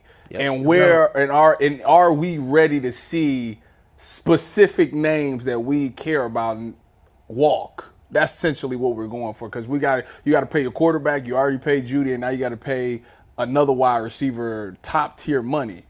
is it worth giving up? Is he worth maybe losing out on some defensive players? Maybe you can't pay Martin Emerson. Maybe you can't pay JOK. Like, All right. So this is the point really the significant point of this video that I wanted to get to. Do you think that is real? Because I get the feeling that they would figure out a way to keep Emerson and they can figure out a way to keep JOK and give Aiyuk a significant, it's a $30 million for 5 years or whatever he wants. I don't agree with his assessment at all. Yeah. In part, the guy it costs you is Quentin Jefferson. Like, Yeah. he's making $4 million this year. That's the guy you lose out on. But ultimately, what is happening is the Browns are shifting the burden of cost from offensive line to wide receiver. So here's what would happen. One, if the Browns trade Amari Cooper to the San Francisco 49ers and the 49ers send Aiyuk and then the Browns sign him to a contract extension like they've done everybody else, the Browns will gain cap space. Yes. Gain cap space because the Browns won't be on the hook for the $20 million they owe Cooper at that point, and they will do what they always do, which is reduce the first year to the league minimum. Maybe there's some bonus money there, and then they're going to take all the space and roll it over. And what's going to happen is they will then later restructure Deshaun Watson's contract again, because there's this idea that if the Browns don't believe in Deshaun Watson, that it makes sense for them to not do that. It makes no difference. All it does is stop you from being able to spend the way you want if you don't. Right. And there's no good reason to do that. So you then roll over all that money and you largely pay for like Aiyuk's second year with just rollover cap. And you may get to a third year and just pay with rollover cap. In other words, it hasn't even hit you yet in terms of the financial burden. So we are down the road 2 years. What's going to happen in 2 years? Jedrick Wills may or may not be here at that point. God, I hope the draft does me well on this one. And you're paying a rookie deal on that. You're going to have Wyatt Teller and Joel Bitonio are up in 2 years. That right there is going to, between those two, it's going to be like $32 million that you're going to have available. Jedrick Wills would be like $15 million. That is the burden that's going to go to Jerry Jeudy and then we'll go to Aiyuk. So you've not, as long as you draft effectively and you get the lineman you need, Ethan Posta could be gone at that point as well. Jack Conklin could be gone at that point. If the Browns do what they need to do, they've got, if we go glass half full and the Browns go, hey, we've got Luke Whippler to be our center, we've got Zach Center to be one guard, and we've got DeJuan Jones to be one tackle. They've still got to get two more guys. But all those guys are on rookie deals. They cost nothing. DeJuan Jones is scheduled to make like $1.1 million this year. You have now created all the cap space you need to pay Aiyuk and Jeudy without losing a thing. Now, at some point, you may, again, lose the ability to sign maybe a Quentin Jefferson or maybe a Shelby Harris type contract, which the Browns seem to be aware of this and are saying, hey, that's why we drafted Mike Hall. That's why we drafted Siaki Ika, that hopefully he can develop. That's why we drafted Juwan Briggs. If we can hit on Mike Hall and two of those other, or at least one of those other two, we once again reduce our cost burden, and then we're not forced to be in the business of consistently signing stopgap veterans, because that can go very wrong, or you run into a year where the supply is just not there. On the edge, you've got Zadarius Smith for 2 years. You're hoping that Alex Wright or Isaiah McGuire can develop, or both, and they can sort of take on that next thing, and you save costs there. Like, you do it that way, because now the Browns are going to have draft picks again. We're not going to, we're past the Deshaun Watson price, and now they can build and draft to deal with these things. So no, the hypothetical he's introducing is not real, and that, I don't blame him for that. The cap is complicated and there's a whole mess with it, but he's offering a false choice. The Browns can easily do this. I cannot emphasize this enough. It is not about money at all. The Browns could easily acquire Brandon Aiyuk, sign him for $30 million a year, and be more than happy. And every other fan base, I'm looking at you, Bills, will come in and go, oh, the Browns are never going to be appeal to these guys. And as the Bills are cutting guys off their roster because they can't pay them, the Browns will still be adding dudes. So, yeah, they could do it. There's every incentive for them to do it as long as the price point of the 49ers is realistic. And this is where we get to a problem. The whole reason Brandon Aiyuk is still in San Francisco because the 49ers are hoping that somebody gets desperate. They're hoping that the Jets or some dumbass franchise like the Jets, some GM who's not going to be there next year is going to go, well, I'm probably not going to have a job next year. Here's 2 ones. Yep. And boom, then they go, oh, we'll give you Brandon Aiyuk. And they can do that in June. They can do that in July. But when we start getting into August and stuff, if the 49ers basically get to a point where Ayuk's like, I mean, there's theoretically a world where the 49ers could keep Aiyuk, who's scheduled to make like $14.1 million this year, and then franchise him. But the problem you run into is the franchise tag will be about $25 million, and you can't manipulate it. You can't like spread the cost out. So they could try to imprison him that way. But ultimately, what's more likely that will happen is the 49ers would keep him for this year. And if they win the Super Bowl, it's entirely worth it. But then next year, they slap the franchise tag on him, and then they end up trading him somewhere for a 3rd-round pick. Why do I pick that figure? Because the Chiefs just did that with L'Jarius Sneed. Yeah. They won the Super Bowl. It was worth it. Then they franchised it. Everybody knew they had to get rid of him. So the Titans gave up a 3rd and a swap of 7ths or whatever and got an impact corner for, not in a trade, not all that different from what the Browns did with Judy and Cooper. So the 49ers have to decide they're in a tough spot because they don't want to give up Aiyuk for draft picks because draft picks will not win them the Super Bowl. And if they go out and lose and everybody's going to sit there and go, well, we could have won away with Brandon Aiyuk. Yeah. So they want, ideally, if John Lynch is smart, I don't know, they want to get a player back that can help them win now and draft capital. Yep. Amari Cooper could walk in there, be a dynamite receiver, fit the price point they want. He's coming off the best season of his career. They could win the Super Bowl with Amari Cooper and get draft capital and call it a win. Will they do that? Unclear. But I suspect if this has even been a conversation, that the 49ers are either asking for Cooper in a 1 or Cooper in a 2, and the Browns are basically like, click. If it gets down to a 3rd-round pick or a 3rd and like a 5th or a 3rd and something in the future. Pick swap or something. Or pick swap or whatever.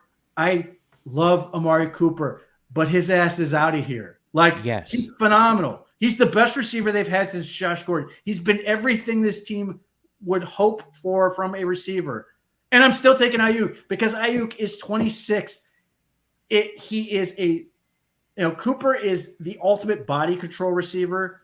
His agility coming out of Alabama was otherworldly. If you look at his shuttle and 3-cone, they're like the same as Elijah Moore. Yeah. But he's 215 pounds, which is insane. Yeah. It's you wonder why he's a great route runner because his body control is out of this world. But if you are the Browns and you are saying, I don't know if we want to pay Amari Cooper guaranteed money for more than 1 year because you're worried about him falling off, then you have every incentive to get a guy you don't think will fall off. You have every incentive to get a guy that can set you up with a number 1 receiver because that will be the big question for the next 4 or 5 years, the prime of Aiyuk's career. Aiyuk is not the burner, not as fast as Cooper, but he's more explosive. That is what he is. And his jumps and his 10-yard split show you that. In a lot of ways, him and Cedric Tillman are eerily similar in terms of where, what they do well. But Aiyuk is a power receiver. He beats people up with the way he plays, his physicality in everything he does. He runs through tackles as receiver. He blocks. If any Browns receiver had a game against the Steelers like Aiyuk did week 1, he would have a statue before the game was over. It was the ultimate dominant play. If you look at the Browns Browns defense dominated the 49ers when the 49ers came to Cleveland. Brock Purdy threw over 125 yards. 76 of them were Aiyuk. He's just really, really good. Now, the Browns have to decide how much of that is Brandon Aiyuk is really, really talented and how much of that is Kyle Shanahan. But for me, I think Aiyuk is just that good because if Kyle Shanahan was the wizard, don't get me wrong, Kyle Shanahan is a phenomenal offensive coordinator. But if he could just flip a switch and make somebody good, he would be doing it with Deebo Samuel, who has not been good, save for the one season that got him that massive payout. So these are all the things that work here, and why that if the 49ers find themselves in a spot where they suddenly go, well, we've got to reduce our price, and the Browns have not signed Cooper to that extension yet. There's sort of a race here, and maybe it puts a little small bit of pressure on Cooper to get a deal done quicker.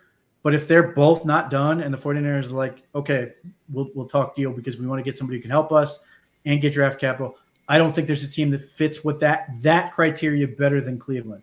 But John Lynch's so much sense. John Lynch's history with these situations: get nothing for Jimmy Garoppolo, just release him.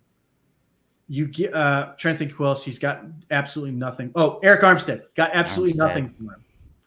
And his best trade in these circumstances was trading DeForest Buckner for a first-round pick. That was 4 years and 3 Pro Bowls ago for DeForest Buckner, who I would still take on the Browns right this second. He's an impact player and a beast, and a guy that we've thought about for the Browns in the past, even now, because he's just so good. And with that first-round pick, the 49ers took Javon Kinlaw, who is now a member of the Jets. Like, they have botched these situations over and over and over again. They got bad value for DeForest Buckner. Even if Javon Kinlaw was good, it was never going to equate to what Buckner could give you. You kept Eric Armstead. This is the history of that event. They traded DeForest Buckner to keep Eric Armstead, who was never as impactful as Buckner was, and then they just released Eric Armstead and got nothing. So that is where you sit there and you go, what the hell are you doing, John Lynch, in terms of trades? So that's where I look at this and go, this is the best trading partner they're going to happen. Now, having said all that, I expect the Browns are going to extend Amari Cooper. That's like, it makes all the sense in the world, and I still don't think it will happen. But, I would love it. I mean, you and I have been on this since I think the start of free agency was basically go get Brandon Aiyuk to be, and that was with Cooper, have those two together. But since they've gotten Judy, which I like that even more, get Judy and Aiyuk. And if Deshaun Watson were to not work out in the way that you want him to, and you ultimately have to move on, you've got those two and David Njoku and, like Cedric Tillman, some of these other guys, 4 new quarterback to come into, and you go, oh, okay, we're set up for success. Now, ultimately, I think if you do that, Deshaun Watson's going to be successful, but you win on a whole lot of levels. It makes so much sense. Oh, my God, it makes so much sense. I just want him to do it. Now, if you're the Browns, do you slow? Does it give you... It depends, really. Like you said, ultimately, you think that they signed Amari, right? Here, I'm just going to pull this down. There's not much time left here, so we can just talk about this. But this is... Ultimately, you think they're going to sign Amari. And that's fine. And that's fine. But, like... It does make so much sense, and does it make enough sense for, like, Andrew Berry to be like, well, because this is out there, or if he, at least breaches the topic with John Lynch just somewhat, right? Like we talked about, he's going to make the call on everything, and maybe we want to slow play this a little bit to see what this deal does. Maybe it does come around in August that we can get our one of the future, and not have to go out and rely on drafting one or whatever, right? Like, to your point, it sets you up so well for the future if you are a believer in Aiyuk like I am and like you are. Does he slow play it? It gives him some leverage back, kind of. It slightly, but the answer is no. Barry's just always been a straight shooter. He's not going to jeopardize that, especially with the agent Amari Cooper has, because it's the agent of half the damn team. But also, look, I think that is important to him on a whole lot of fronts. If Amari Cooper comes to the table and agrees to says we want to do this deal this way, and that's the offer Barry made, they're not going to sort of do this thing where they pull the offer on the table, off the table, on the table type thing. They're going to, if Amari agrees tomorrow, they're going to do it. Like there's no incentive for them. I think they want to. And look, again, I would love to get Aiyuk. I think he's a phenomenal player, but I say that. And again, I love Amari Cooper. I love what he does. I think the Browns can be uberly successful on offense with Amari Cooper. All I'm saying is that if Amari Cooper and the Browns stay at an impasse and they're just not working it out and it gets into training camp and we're still not done, and I think it will be done before training camp. But if it's not done and the 49ers are still doing this thing and Aiyuk is not showing up, and potentially the 49ers start to get impatient and they go, okay, now we're going to make a real deal. At that point, you pounce. But I think the 49ers are going to make this take too long. And I'm betting on the 49ers screwing this up.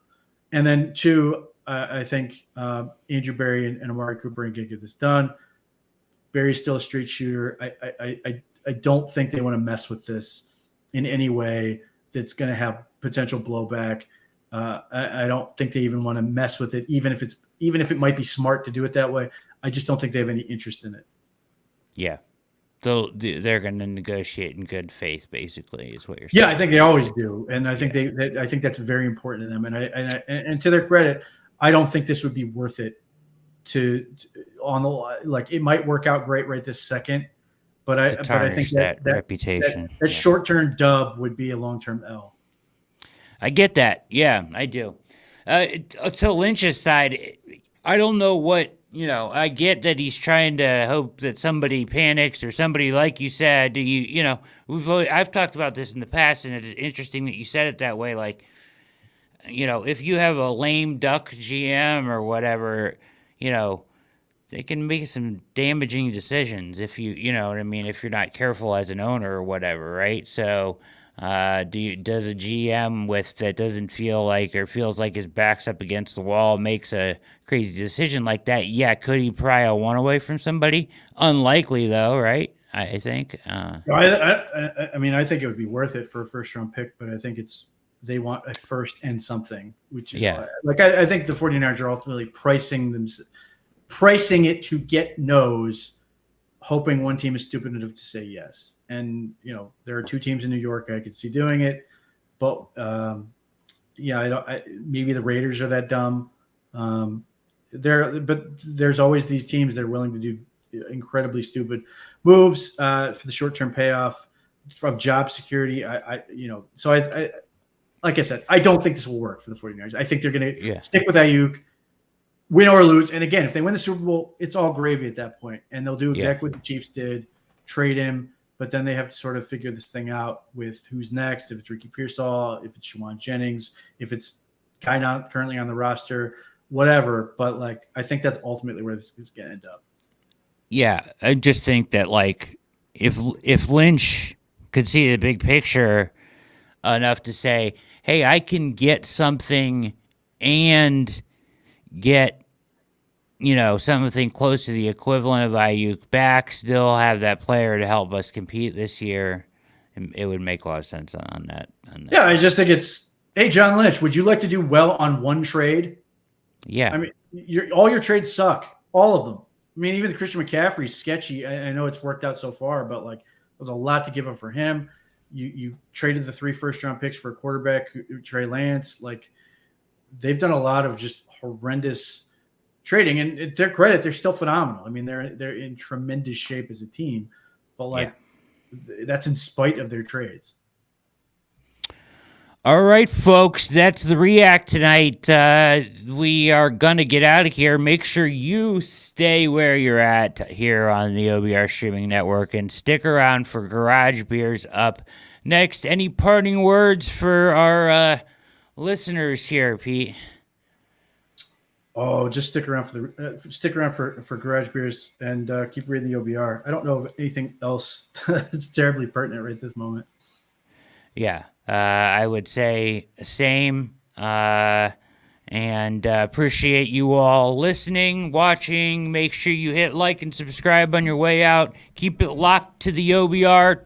24/7. We'll have you covered all the way up through training camp, through the season. We've got some exciting stuff coming in the next couple weeks. Thanks, MC. Thank you, everybody, for listening and contributing to the React. This has been a OBR streaming network production for Pete Smith. My name is Brad Ward.